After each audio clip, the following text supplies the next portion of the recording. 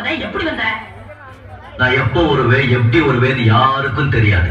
ஆனா வர வேண்டிய நேரத்துல கரெக்டா வருவேன். சுத்தி சுத்தி வந்தீர்கள், சுட்டு விழியால் சுட்டீர்கள்.